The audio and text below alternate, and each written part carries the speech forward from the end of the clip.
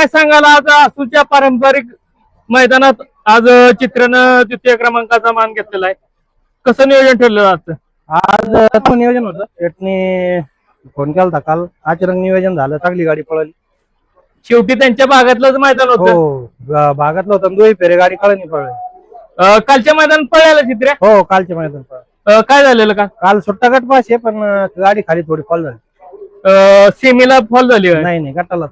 गटालाच, त्यामुळे आजचं लगेच नियोजन केलं. येताच शेटचा फोन आला, पाठच माहिती होतो मी, त्यांनी यावाच लागले, मग तिथून आलो त्यांच्या गोष्ट.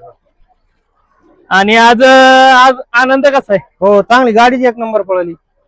पुन्हा एकदा गाडी पळणार 100%. म्हणजे शेतच्या भागातलं मैदान असलं की फिक्स आहे. फिक्स पळाली ना.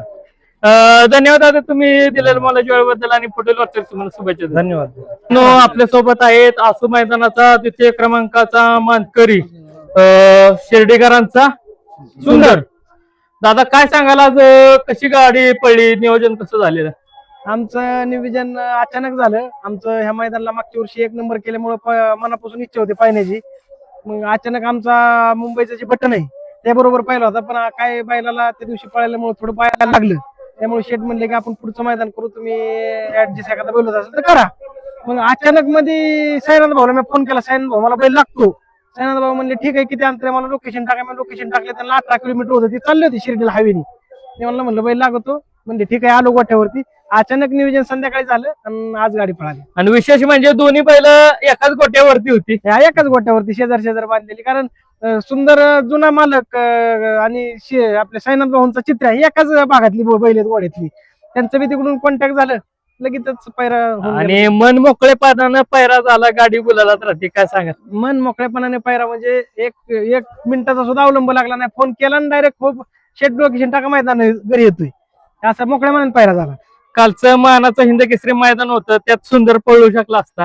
कालच्या मैदानात 100% सुंदर पळू शकला असता, पण कारण काय की हे जे गाव आहे आसू गाव, मागच्या वर्षी ह्याच मैदानाला ह्याच फाटीला आम्ही पब्लिकने एक नंबर केलेला सुंदरनी. म्हणून आमची इच्छा होती, आमचे जे काही सगळे पोरं आहेत ग्रुपची, ह्या ग्रुपची पोरं सगळे ह्या भागातली म्हणे भाऊ आपल्याला ह्या मैदानाला पळायचंय, नाही तर परत एक करायचंय. म्हणून आम्ही ते मैदान कॅन्सल करून ह्याच मैदानाला पळालो. पण नशिबाने साथ दिली नाही, आपले दोन पब्लिकला लागले, 2 नंबर झाला. आम्ही समाधानी त्यात. पब्लिकला राहून 2 नंबर केला. काय सांगा? बैल हा ठामच आहे ना सुंदर. पब्लिकचा बैल कुठला म्हणलं तर सगळ्यात पहिल्यांदा नाव सुंदरचं घेतलं जातं. पब्लिकचा फिट बैल उजवीचा सुंदर.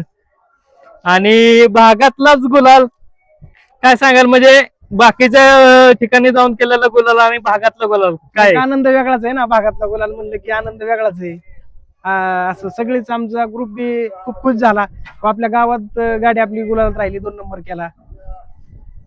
म्हणजे त्यांनी दादांनी काल तिथं कोरेगावला पळून तुम्ही लगेच डोक्यात म्हणजे कसं काय सुचलं की बाबा चित्र्या आपल्याला चालू शकतो? ह्याच्या आधी चित्र्या सुंदरची गाडी पळालेली, काही वेळा ह्या गाडीने 1 नंबर केलेला आहे. मग आमचे संबंध जुने आहेत. त्यांचं तसं घडल्या क्षणी 1 तास 2 तासात माझ्या अचानक डोक्यात विचार आला की आईला साईनाथ भाऊला फोन करून काय होते बघू.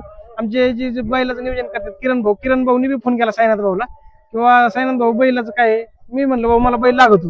म्हणले ठीक आहे, बैल तुम्हाला देतो, उद्या कुठं पळायचं. तसं बघायला गेलं तर अंतर पण म्हणजे ते जास्त होतं. हो भरपूर.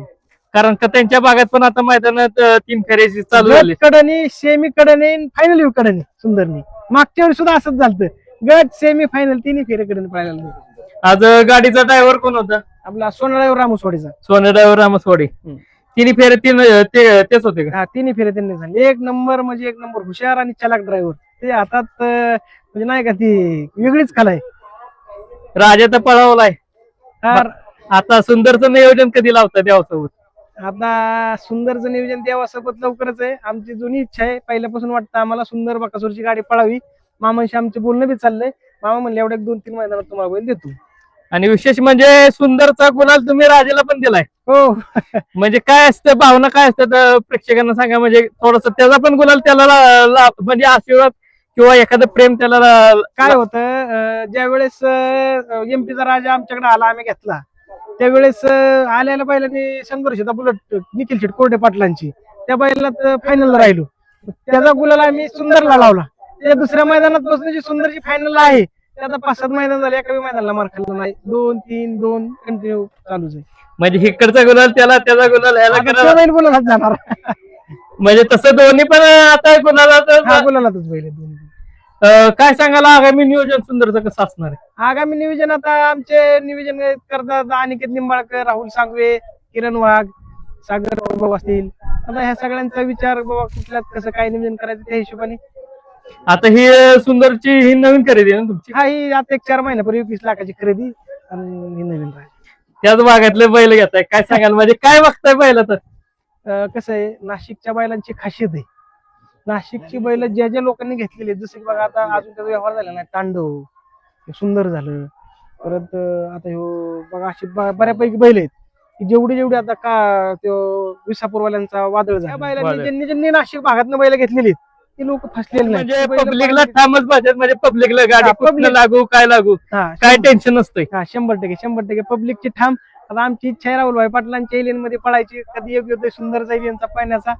त्याची एक प्रतीक्षा आहे, सगळ्या ग्रुपची इच्छा आहे की एलियन मध्ये पळायचं राहुलभाईंच्या. एक आता सुंदरचा तुमच्याकडे आल्यापासून धावणीला कितवा गोल आले? सुंदरचा आता सांगतो येणार ना एवढं बोलत. म्हणजे तुमच्या धावणीला आल्यापासून आता 4 महिन्यापूर्वी तुमची खरेदी झाली. हा 5-6 महिने झालं. एक 2 मैदान सोडले तर जसा बैल पडतो तसे सगळे बोलायलाच आहे. आगामी नियोजन कसं असणार आहे, कुठल्या मैदानात पळताना दिसणार आहे? आता नियोजन म्हणजे 27 तारखेला मैदान आहे किंवा 3 तारखेला मैदान आहे, तर 2 मध्ये एखाद्या मैदानात पळायचं. त्यातल्या त्या भागातल्या मैदानात पळताना दिसणार. भागातल्या मैदानात पळताना 100% दिसणार. आणि सगळं झालं घरचा साज कधी पळताना दिसेल? घरचा साज 10 तारखेच्या मैदानाला पळेल राजा सुंदरचा. कुठल्या मैदानाला? 10 तारखेला एक घाटावरती मैदान आहे आमच्या जुडदाराच्या गावाचं, त्या मैदानाला पळेल घरचा साज. घरचा साज. त्यातल्या जर एखाद्या भागातलं मैदान पडलं तर त्या मैदानात घरचा साज पळताना दिसणार हा आहे. 100% दिसणार. धन्यवाद आता तुम्ही दिलेल्या मोलाच्या वेळाबद्दल, आणि पुढील वाटचालीस तुम्हाला शुभेच्छा देतो आणि थांबतो. ओके धन्यवाद.